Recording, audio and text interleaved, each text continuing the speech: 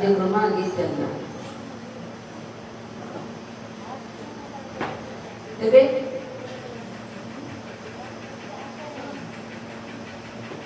ଏ ଅନନ୍ତ ଯିଏ ଆସିଲେ ସିଏ ଏ ସବୁ କିଛି କର୍ମ ବିଭାଗରେ ସବୁ କିଛି ବୁଝେଇଦେବେ। ତାଙ୍କର ଯେଉଁମାନେ 4 ଯୁଗର ଭକ୍ତ ଆସିଥିବେ ସେଇମାନଙ୍କୁ ସେ ଦେବେ। ଅଭୟ ପଞ୍ଜର ମହିମା ମଣ୍ଡର କଳନା କେ କରିପାରି କଳନା କେ କରିପାରି କଳନା କେ କରିପାରି କୋଟି କଟେ ବ୍ରହ୍ମା ଚିହ୍ନି ନ ପାରିଲେ କୋଟି କଟେ ବ୍ରହ୍ମା ଚିହ୍ନି ନ ପାରିଲେ ଆସିବେ ସେ ମର୍ତ୍ତ୍ୟ ଆସିବେ ସେ ମର୍ତ୍ତ୍ୟକୁ ଆସିବେ ସେ ମର୍ତ୍ତ୍ୟକୁ ଆସିବେ ସେ ମର୍ତ୍ତ୍ୟକୁ। ସିଏ ହେଉଛନ୍ତି ଅଭୟ ପଞ୍ଜର, ମହିମା ହେଉଛି ମନ୍ଦର ପର୍ବତ ସଦୃଶ। ତାଙ୍କୁ କେହି କଳନା କରିପାରି ନାହାନ୍ତି। ତାଙ୍କୁ କୋଟି କଳ୍ପ ବିତି ଗଲାଣି ବ୍ରହ୍ମା ଚିହ୍ନି ପାରିନାହାନ୍ତି। ଆମେ ବ୍ରହ୍ମା ତାଙ୍କର ଏତେ ପାଖରେ ଅଛନ୍ତି ବୋଲି ତାଙ୍କୁ ଚିହ୍ନିଥିବେ, କିନ୍ତୁ କୋଟି କଳ୍ପ ବିତି ଗଲାଣି ତାଙ୍କୁ ସେ ଚିହ୍ନି ପାରିନାହାନ୍ତି। ତେବେ ସେଇ ମହାପ୍ରଭୁ ଯେତେବେଳେ ଆସିଛନ୍ତି ସେତେବେଳେ ସିଏ ଏ ନାମ ତତ୍ତ୍ୱ ଦେଇ ଜୀବ ପରମ ଲୀଳା ସମସ୍ତଙ୍କୁ ହୃଦବୋଧ କରାଇବେ। ଭକ୍ତମାନଙ୍କୁ ଯାହାଙ୍କର ପୂର୍ବ ଭାଗ୍ୟ ଅଛି, ଯାହାଙ୍କ ପୂର୍ବ ସୁକୃତ ଅଛି, ଯାହାଙ୍କୁ ଗୁରୁଙ୍କର କୃପା ଅଛି। ତେଣୁ ସେ ମହାପ୍ରଭୁ ନୀଳଗିରିରେ ବାସ କରିଛନ୍ତି। ଆମେ ତାଙ୍କୁ ଦେଖୁଛୁ ଯାଇକି ମହାପ୍ରସାଦ ଖାଇକିରି ତାଙ୍କ ପାଖରେ ଗୋଟେ ଦୀପ ଜାଳିକି ତାଙ୍କୁ ଦେଖିଦେଲେ ଭାବୁଛୁ ଆମର ସବୁ କିଛି ହେଇଗଲା। ଅବଶ୍ୟ ତାଙ୍କୁ ଦେଖିଲେ ବି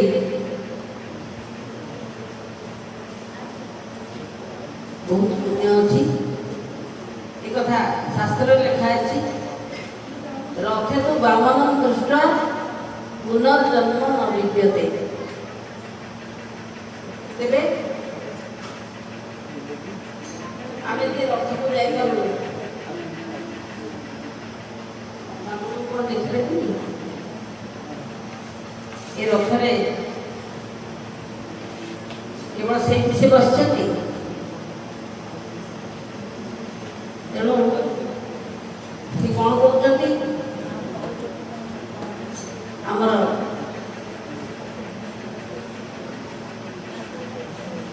ଜଣେ ଭକ୍ତ ନାମ ତାଙ୍କର ସାଲବେଗ, ସେ ଯାଇପାରିଲେନି,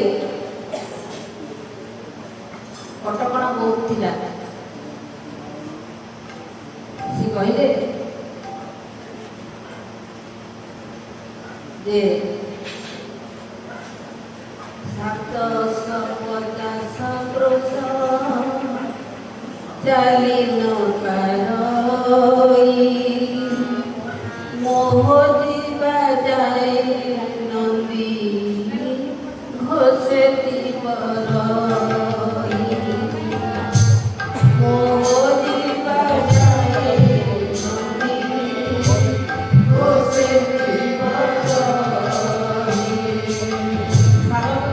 ଲାଲବେଗଙ୍କର ପୁଅ। ଯେଉଁ ଲାଲବେଗ କଟକରେ ରହୁଥିଲେ ତାଙ୍କ ନାଁ ଅନୁସାରେ ଲାଲବାଗ ଥାନା ହେଇଛି। ଲାଲବେଗଙ୍କ କୋଠି ଥିଲା ଶିଶୁ ଭବନ, ଗଭର୍ଣ୍ଣର ହାଉସ ଯୋଉଟା ଥିଲା। ତାଙ୍କ ପୁଅ ସାଲବେଗ, ସେ କଟକରୁ ପୁରୀ କ'ଣ 750 କ୍ରୋଶ?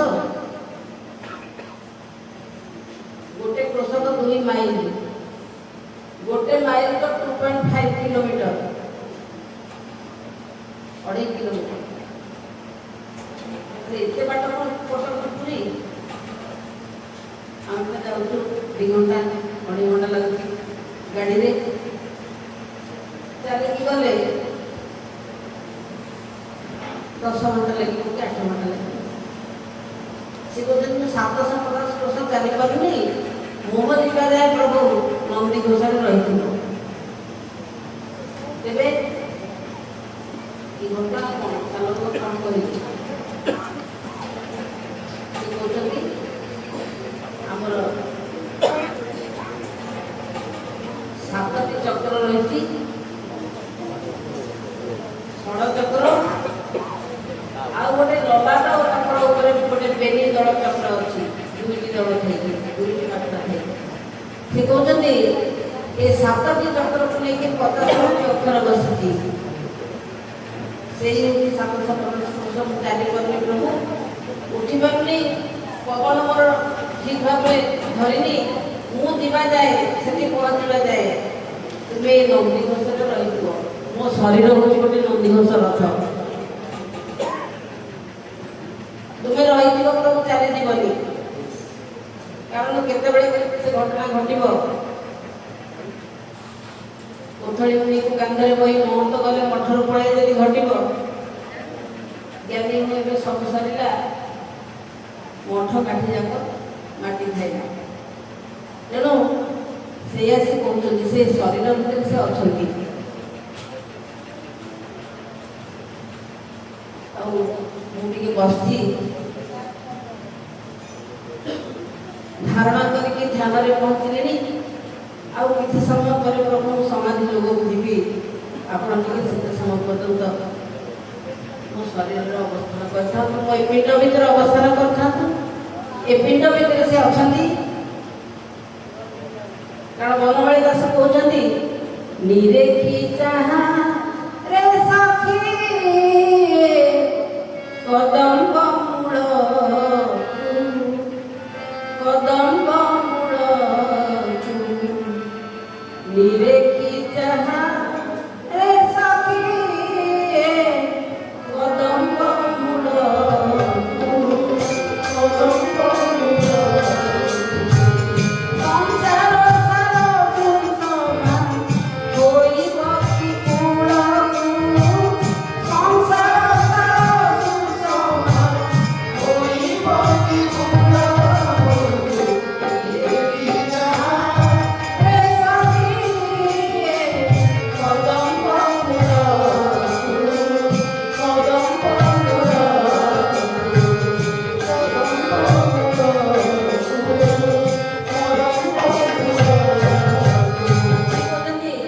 ଏ କଦମ୍ବ ମୂଳକୁ ଟିକେ ନିରେଖିକି ଯାହା ସଖୀ, ସେଠି ଯାହା ଦେଖିବୁ ଏ ସଂସାର ସାର ଯେତେ ସୌନ୍ଦର୍ଯ୍ୟ ଅଛି କେହି କୂଳକୁ ହେବେ। ସେଠି ଯେଉଁ ସୌନ୍ଦର୍ଯ୍ୟ ରହିଛି କ'ଣ?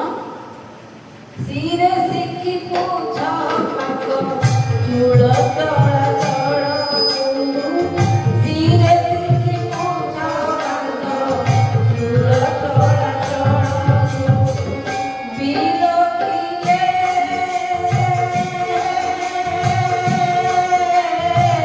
ବିରକିଲେ ସଖୀ ବୁଦ୍ଧି ରହିବ କି କାଳକୁ, ନିରେଖି ଚାହା ରେ ସଖୀ କଦମ୍ବ ମୂଳକୁ, କଦମ୍ବ ମୂଳକୁ, ସଂସାର ସାର ସୁଷମା ହୋଇବ କି କୂଳକୁ, ନିରେଖି ଚାହା ରେ ସଖୀ କଦମ୍ବ ମୂଳକୁ, କଦମ୍ବ ମୂଳକୁ।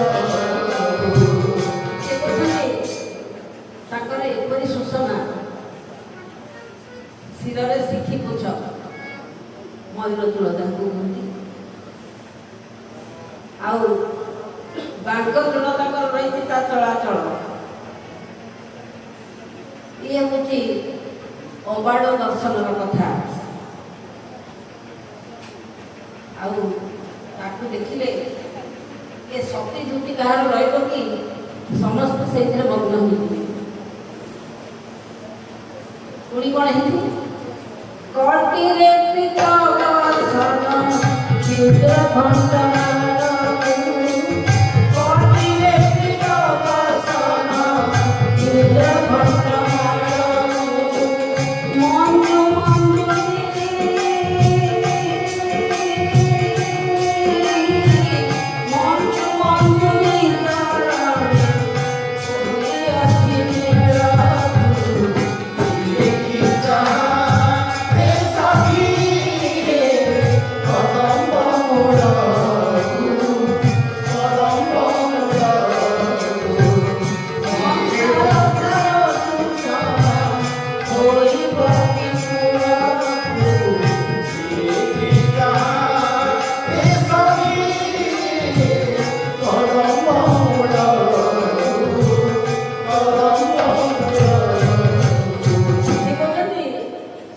କଟିରେ ତାଙ୍କର ପିତା ବସନ ରହିଛି।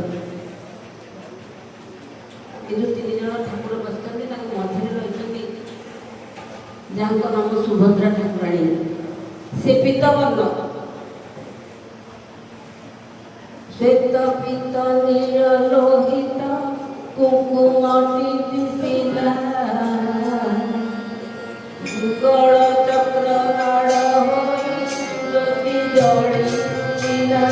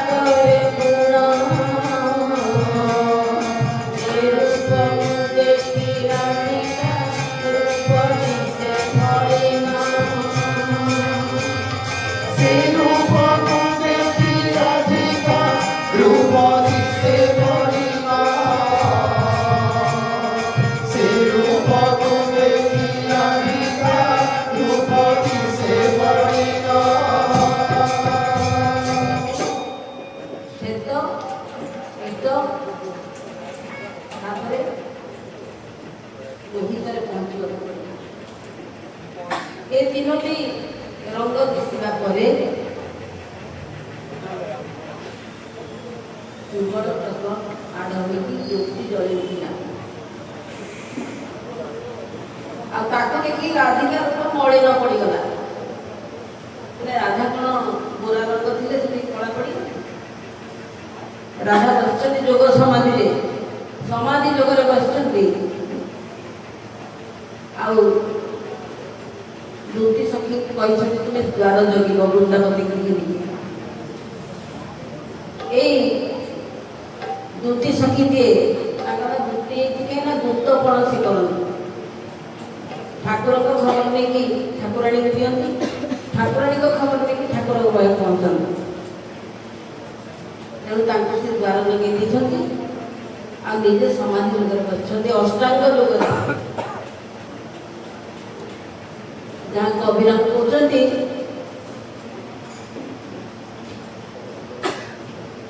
ଆସରେ ସାଧବ ମାଧବ କର ବହୁ ଶୋଇଛନ୍ତି ପଲଙ୍କ ବର ଉଠିବେ ନାହିଁ ସେ ଅଲେଳି ଦେନା ପଲଙ୍କ ପରେ ଶୋଇଛନ୍ତି। କାହିଁ ଉଠିବେନି? ଅଷ୍ଟମ ଦଶାରେ ଥଙ୍କି ହେ ଅଷ୍ଟମ ଦଶାରେ ଥଙ୍କି କହେ ଅଭିରାମ ବୟାଳି ସଜାବି କହେ ଅଭିରାମ ବୟାଳି ସଜାବି ଦେଇ ରହି ଶୋଇଛନ୍ତି ହେ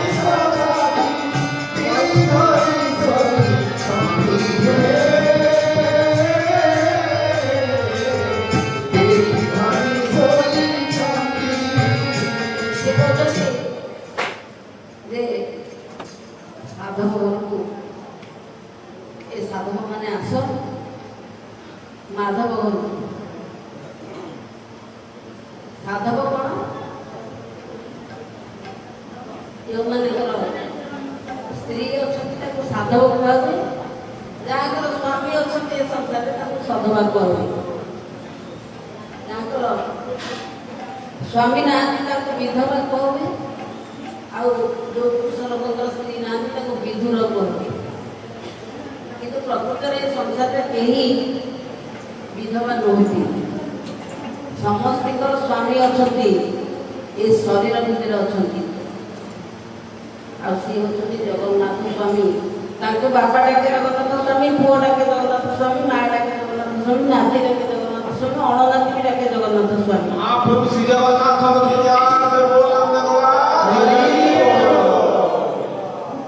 ସେ କହୁଛନ୍ତି ହେ ସାଧବ, ଯେଉଁମାନେ ଚିହ୍ନିଛ ସ୍ୱାମୀକି, ସେମାନେ ମାଧବଙ୍କ ଘରକୁ ଆସ। ମାଧବ କିଏ ନା ମା ଆଉ ଧବ ଏକାଠି ହେଇକି ଯୋଉଠି ଅଛନ୍ତି। ମା ହେଉଛନ୍ତି ରାଧା, ତାଙ୍କ ଧବ ହେଉଛନ୍ତି କୃଷ୍ଣ। ଏ ରାଧା କୃଷ୍ଣଙ୍କର ଯୁଗଳ ଶରୀର। ସେଠି ଦେଖିବ ବୋହୂ ଶୋଇଛନ୍ତି ପଲଙ୍କ ପର, କବାଟ କରି ଶୋଇଛନ୍ତି ଯେମା, ଉଠିବେ ନାହିଁ ସେ ଅଜାଳି ଯେମା। ତାଙ୍କୁ ଯେତେ ଡାକିଲେ ସେ ଉଠିବେନି। କାହିଁକି ନା ସେ ଅଷ୍ଟମ ଦଶାରେ ଅଛନ୍ତି। ଅଷ୍ଟମ ଦଶା କ'ଣ ନା 42 ଚାବି ଦେଇ ଦେଇଛନ୍ତି, ମାନେ 42ଟା କ'ଣ ତାଲା କରା ପକେଇଛନ୍ତି। ଆମର ଏ ନାକଟା ପୁରା 4 ଭଳିଆ, ଭଲକରି ଆଙ୍କିକି ଦେଖିଲେ ଆମର ଏ ନାକଟା ପୁରା 4, ଆଉ ଏ ଆଖି ହେଉଛି 2। ଏ ନାକ ଆଉ ଆଖି ମିଶି ଏ ପାଦ ହେଉଛି ଠାକୁରଙ୍କର ମୋ ନାକ, ଆଉ ପଦ୍ମତା ସିଂ ମିଶିଛି 2। କହେ ଅଭିରାମ ଧରମ କରମ, ପାଦ ପଙ୍କଜ କୁଣ୍ଡାରେ, ପାଦ ପଙ୍କଜ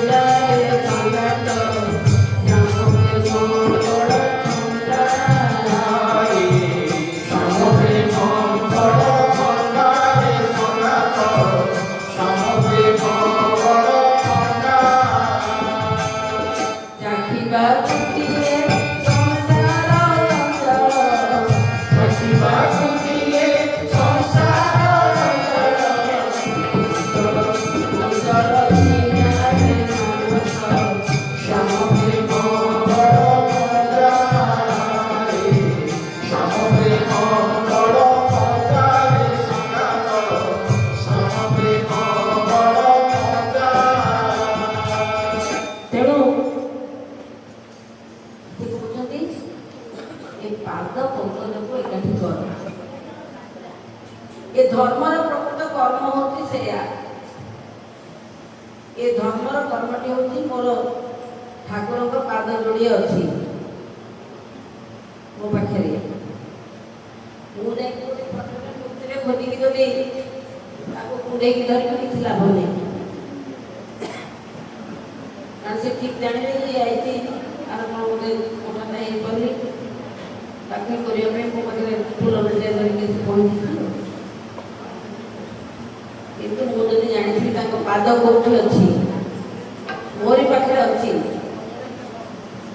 ପଦ୍ମ ବି ମୋ ପାଖରେ, ଏ 2 ଜଣଙ୍କୁ ଏକାଠି କରିଦେଲେ ଏଇ ହେଉଛି ଧର୍ମର କର୍ମ। ଅଭିରାମ ପରମହଂସ ତାକୁ ଚିହ୍ନେଇ ଦେଲେ। ତେବେ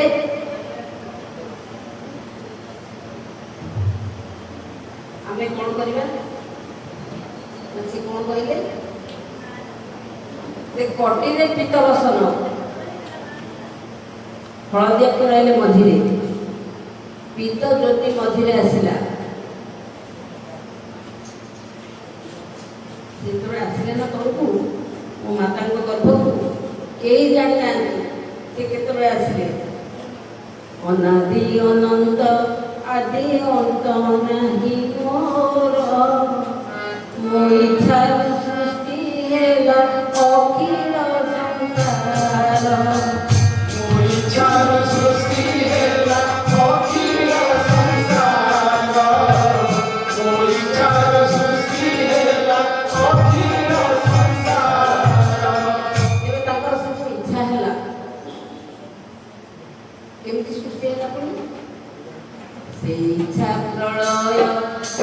ବିନ୍ଦୁ ପକାଇଲା ଇଚ୍ଛା ପ୍ରଳୟ ହୋଇ ବିନ୍ଦୁ ପକାଇଲା ଭଗବତ ଧରି ବିନ୍ଦୁ ଗଗନ ଖସିଲା ସୁରବନ ହରି ବିନ୍ଦୁ ଗଗନ ଖସିଲା ସୁରବନ ହରି ବିନ୍ଦୁ ଗଗନ ଖସିଲା ସେ ବିନ୍ଦୁ ଗଗନ ପତି ଜୟ ସାଗରେ নীল লোহিত বর্ণକୁ ଆପେ ଆପେ ଧରେ নীল লোহিত বর্ণକୁ ଆପେ ଆପେ ଧରେ নীল লোহিত বর্ণକୁ ଆପେ ଆପେ ଧରେ ত্রিবর্ণ শক্তি স্বরূপে ହୋଇପାରୁଛି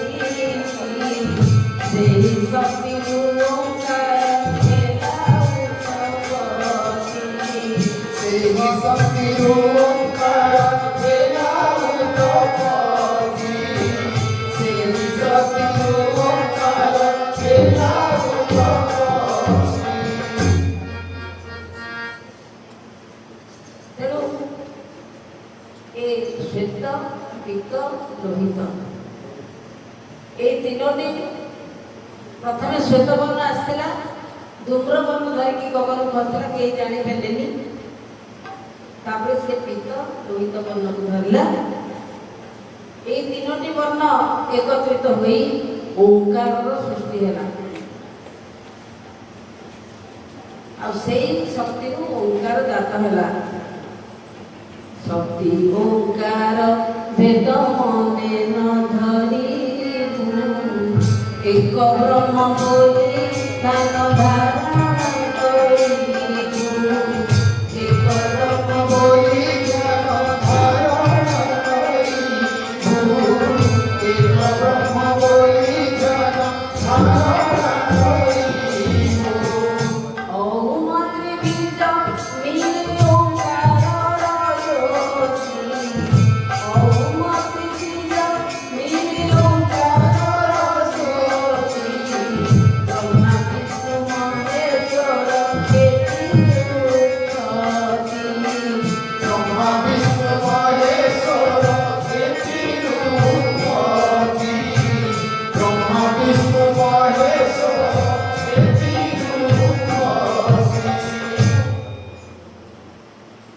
ସେ ଆହୁରି ଅନେକ କଥା କେମିତି ସେଥିରୁ ପୁଣି ନାମ ବ୍ରହ୍ମ ସୃଷ୍ଟି ହୁଏ ସତ୍ଵ ରଜ ତମ ହୁଏ ସେ ସତ୍ଵ ରଜ ତମ ମିଶିକି ପ୍ରକୃତି ହୁଏ ପ୍ରକୃତି ହେଉଛନ୍ତି ଅର୍ଧମାତ୍ରା ସତ୍ଵ ରଜ ତମ ମିଶି ପ୍ରକୃତି ବୋଲାଏ ପ୍ରକୃତି ଅନାଦି ମଧ୍ୟ ଖେଳା କରୁଥାଏ ଅନାଦି ଅନନ୍ତ ଯିଏ ସେ ହେଉଛନ୍ତି ନିଶ୍ଚଳ ତାଙ୍କ ସାଙ୍ଗରେ ଯେଉଁ ଅର୍ଧମାତ୍ରା ରହିଛନ୍ତି ସେଇ ସମସ୍ତ କାର୍ଯ୍ୟକଳାପ କରନ୍ତି ପ୍ରକୃତି ଅନାଦିଙ୍କ ଭିତରେ ସବୁ ଖେଳ ସେଇ ରଚନା କରନ୍ତି ତେଣୁ ଏହିପରି ଭାବରେ ସେ ଯେତେବେଳେ କହୁଛନ୍ତି ଯେ ଏହିପରି କାର୍ଯ୍ୟକ୍ରମ କରିବେ ଶେଷରେ ସେ କ'ଣ କହୁଛନ୍ତି ଗୁରୁ ଯେ ମୋହର ମୁଁ ଯେ ଗୁରୁଙ୍କର ନାହିଁ ନାହିଁ ସଂଶୟ ଯେ ନାହିଁ ନାହିଁ ସଂଶୟ ନାହିଁ ନାହିଁ ସଂଶୟ ଏ ଜୀବଦାସ ଧୀର ବିଶ୍ୱାସ ଅନୁଭବେ କରି ଭୟ ତାକୁ ଅନୁଭବେ କରି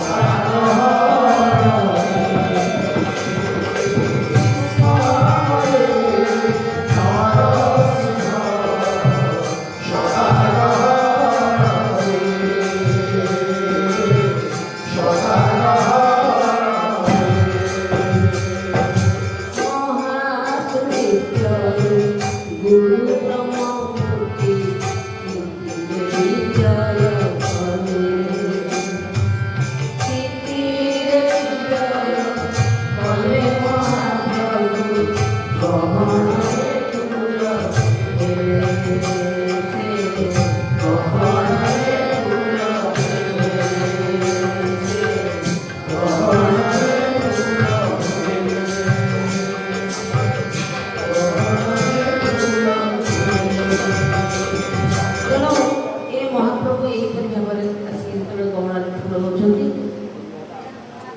ସେତେବେଳେ ତାଙ୍କ କର୍ମ ବିଭାଗ ସୃଷ୍ଟି କରୁଛନ୍ତି।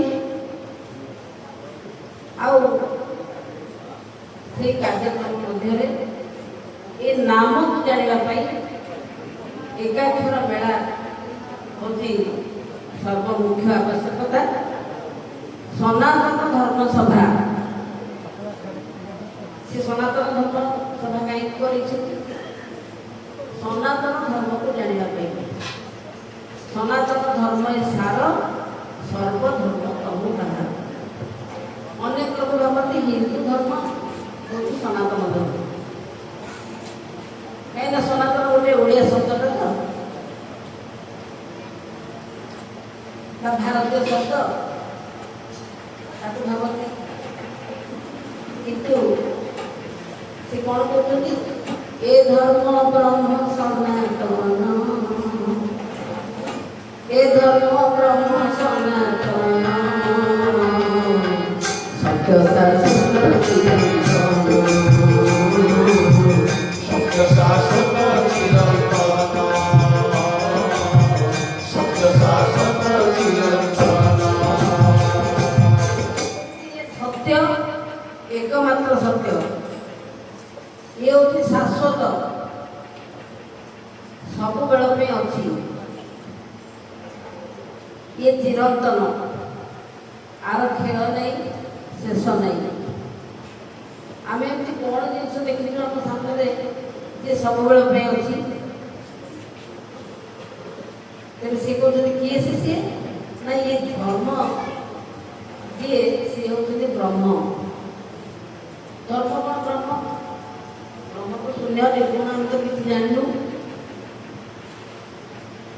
ଧର୍ମ ଶବ୍ଦର ଅର୍ଥ ହେଲା ଧାରୟତି ଯ ସହ ଧର୍ମ। ଆମକୁ ଯିଏ ଧାରଣ କରିଛନ୍ତି ବା ଆମେ ଯାହାକୁ ଧାରଣ କରିକି ରହିଛୁ, ସେଇ ହେଉଛି ଧର୍ମ।